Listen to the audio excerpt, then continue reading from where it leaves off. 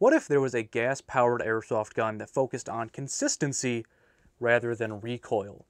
What if you could get 2, 3, even 4 magazine dumps out of that magazine without needing to refill your gas? Well, in today's video, I want to talk exactly about this topic. What if? In this new series that we'll be starting here on the channel, I want to talk about new concepts for the airsofting industry.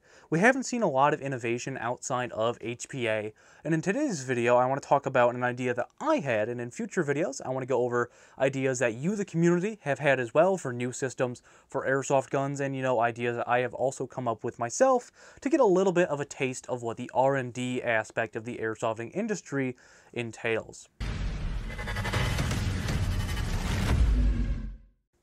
What's up guys, my name is Lane and welcome back to the BB Warrior. We're here to help you have a better time both on and off the airsofting field through our educational content. If you enjoy videos like this, like our industry discussion like we're having today, or our honest and independent reviews, would love it if you joined our community by hitting that subscribe button down below, and while you're at it, make sure to hit that bell icon next to it to get notifications when we post new videos every Tuesday and Friday here on the channel. So this idea for a gas blowback rifle that focuses on consistency rather than realism and recoil was an idea that me and a couple of friends had on the way back from an airsoft game.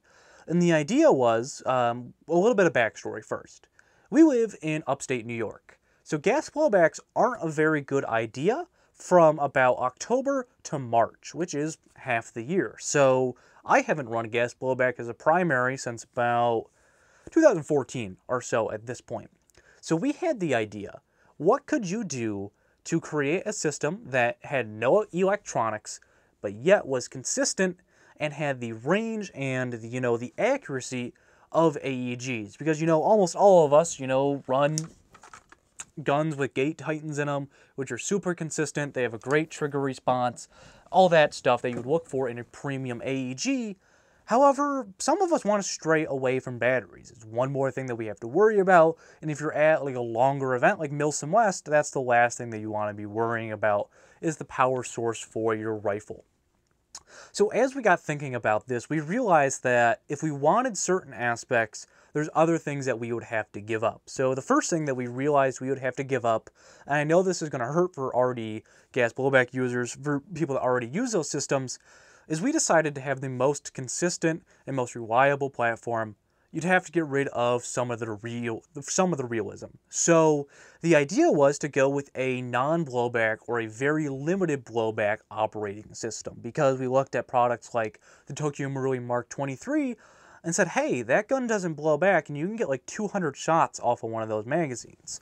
So what if we could reincorporate that into the AR design? So obviously there are some things that you would have to give up. You would definitely have to redesign the bolt carrier group. You wouldn't want it going all the way back and hitting against the buffer spring. So we decided that, again, a non-blowback system or having the least amount of moving parts would be the best way to go, because typically having a heavier bolt carrier group is going to be better for performance and reliability. However, a lighter bolt carrier group would, be more efficient because you have less mass that's going back and forth with every shot, and you're also going to have a lot less recoil. But we were okay getting rid of the recoil because we just wanted consistency without batteries. So the idea that we came up with is you wouldn't be able to replicate the AR internals in the way that modern day gas blowbacks have. Especially for the AR market, the internals of most gas blowback systems are pretty close and pretty compatible with a lot of parts from a real rifle. I know Inakatsu is very, very well known for being able to fit real AR parts like the trigger group and things like that. So we decided that you would probably have to get rid of that in a system like this. So if you could just have something where all that's happening is, the bolt is going back a very small bolt, just enough to house everything that you would need for something like this. It's just going back enough to, recock the hammer, have the loading ramp, pick up a new round, and put it into the hop-up chamber. If you could do that with a smaller assembly, you could have a little bit more weight, and you could use a heavier material like steel, but you could still keep some of that consistency and a little bit better performance because it isn't as large as a typical bolt carrier group on a gas blowback.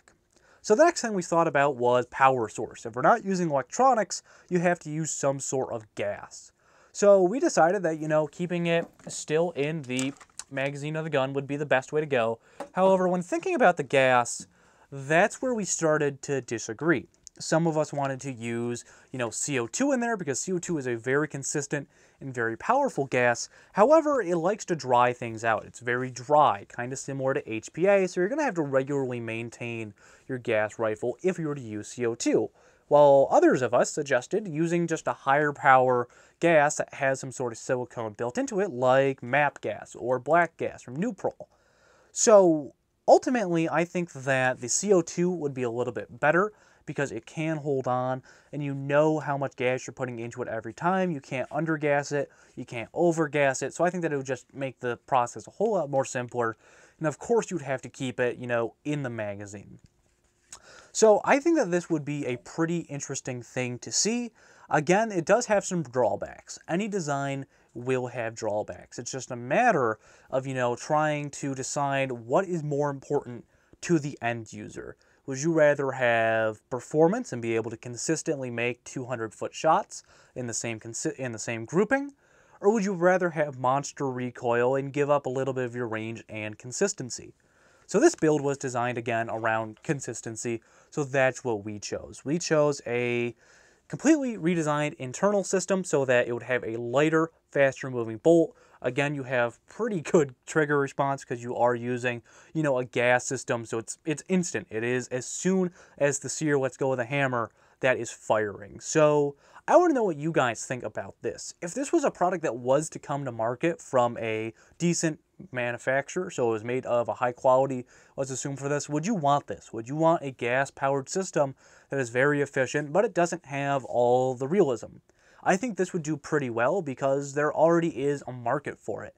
While it is geared more towards the beginner players because it's less expensive, because there's less metal and less moving parts, the non-blowback pistol market is getting pretty populated. Elite Force has a ton of pistols that are non-blowback, and I think that if someone was able to scale up a similar design into a rifle platform, I think that the AR market would be the best way to go firsthand.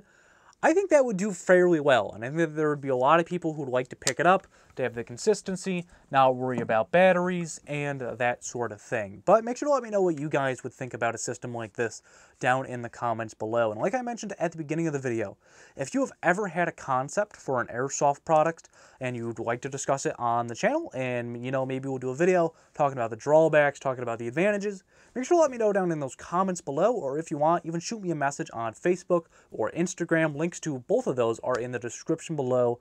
I think this would be a fun series to do with you guys in the community so that, we can trade ideas back and forth, and again, get a little bit of insight into what R&D in airsoft is. Maybe we'll bring some people on to kind of talk about the process that they go through in their jobs as R&D for airsoft. But that's going to do it for this video, guys. Thank you so much for staying until the end. If you enjoyed this video and this was your first time here, would love it if you joined our channel and joined our community, I should say, by hitting that subscribe button down below. And while you're at it, make sure to hit that bell icon next to it to get updates when we post new videos every Tuesday and Friday here on the channel. Again, links to social media are down in the description below, as well as where you can pick up a BB Warrior patch to help grow the future of the channel and help me get higher quality equipment to make better, higher quality videos for you guys. Thanks, you guys. I've been buying patches. I've been able to get a nice backdrop, some better lighting, and I wouldn't be here without you guys. I don't say it enough, but I love you guys. You guys are amazing. The feedback they give me is great, and I love our community. But guys, that's going to do it for this video. Thank you so much for staying until the end of this video. We've started a brand new series talking about concepts in the airsofting market and getting a little bit of insight into how products are made, and I will see you all next time.